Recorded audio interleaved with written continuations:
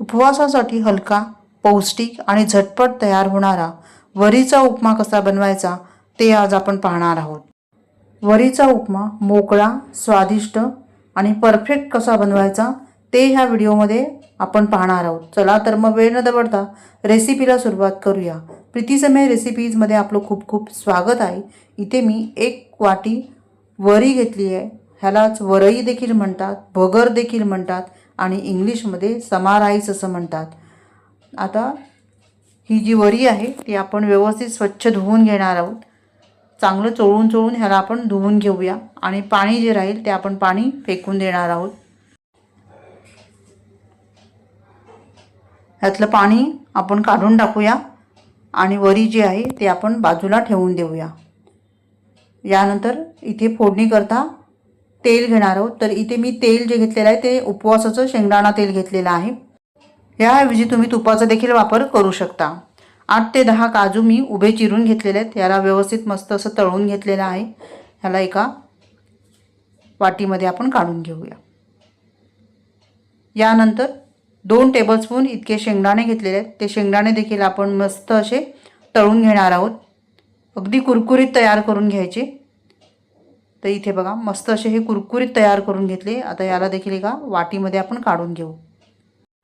यानंतर एक मध्यम आकाराचा बटाटा मी चौकोनी चिरून घेतलेला आहे। तो देखील आपण फ्राय करून घेणार आहोत। व्यवस्थित ह्याला आपल्याला चांगला शिजेपर्यंत फ्राय करून घ्यायचा आहे। बटाटा व्यवस्थित शिजवून घ्यायचा आहे, कच्चा राहता कामा नये। इथे मी बटाटा शिजवून घेतलेला आहे। आता तुम्हाला दाखवते। या पद्धतीने बटाटा मी शिजवून घेतलेला आहे। मस्त बटाटा शिजून गेलेला आहे। आता याला एका प्लेटमध्ये आपण काढून ठेवूया। तेल चांगलं निथळून घ्यायचं। आता उरलेल्या तेलामध्ये आपण फोडणी घालूया। जिरं घेतलंय अर्धा चमचा आणि 4 मिरच्या बारीक चिरून घेतलेल्या आहेत। मिरची चांगली परतून घ्यायची। यानंतर भगर जी आपण धुवून ठेवली होती ती घालायची आणि भगर जी आहे 5 ते 6 मिनिटं आपल्याला व्यवस्थित परतून घ्यायची आहे तेलामध्ये। चांगली भाजून घ्यायची म्हणजे मग काय होतं, उपमा जो आहे तो चांगला सुटसुटीत तयार होतो। इथे बघा भगर जी आहे ती मस्त मी 5 ते 6 मिनिटं अशी परतून घेतलेली आहे। चांगली भाजून झालेली आहे आणि भगर एकदम सुटसुटीत झालेली आहे। यानंतर ह्यामध्ये पाणी घालायचं आहे। तर मी उकळलेलं पाणी घातलेलं आहे जेणेकरून भगर पटकन शिजते। आता हे पाणी किती घालायचं, जितकं आपण भगर घेतली त्याच वाटीने 2 वाट्या पाणी मी घेतलेलं आहे, म्हणजे दुप्पट पाणी इथे वापरलेलं आहे। आता हे सगळं व्यवस्थित एकत्र करून घ्यायचं। यानंतर ह्यामध्ये चवीनुसार मीठ घालायचं आहे। मीठ घालून पुन्हा एकदा ढवळायचं आणि झाकण ठेवून ह्याला शिजवून घ्यायचं। पाणी सर्व आटेपर्यंत आपल्याला हे शिजवून घ्यायचं आहे आणि तुम्ही पाहू शकता भगर जी आहे किंवा वरी जी आहे ती मस्त अशी फुलली आहे। ह्याला एकदा मस्त असं फिरवून घेऊ। यानंतर यामध्ये आपल्याला घालायचं आहे दाण्याचं कूट। तर इथे मी दाण्याचं कूट करून घेतलेलं आहे। 3 चमचे मी दाण्याचं कूट घातलेलं आहे। तुम्ही तुमच्या आवडीनुसार यामध्ये दाण्याचं कूट घालू शकता। हे व्यवस्थित मिक्स करून घेऊ।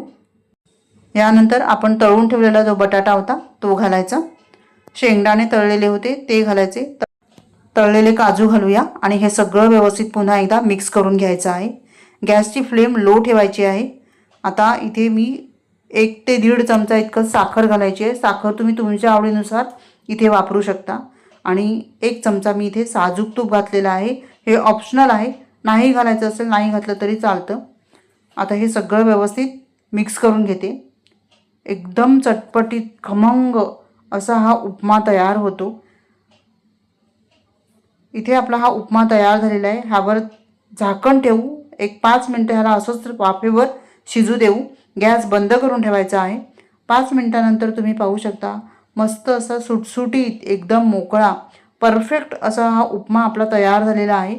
रेसिपी आवडली तर व्हिडिओला लाईक करा आणि चॅनलला सबस्क्राईब करायला विसरू नका। पुन्हा भेटूया अशाच एका छान नवीन रेसिपीसह। तोपर्यंत धन्यवाद। Bye bye.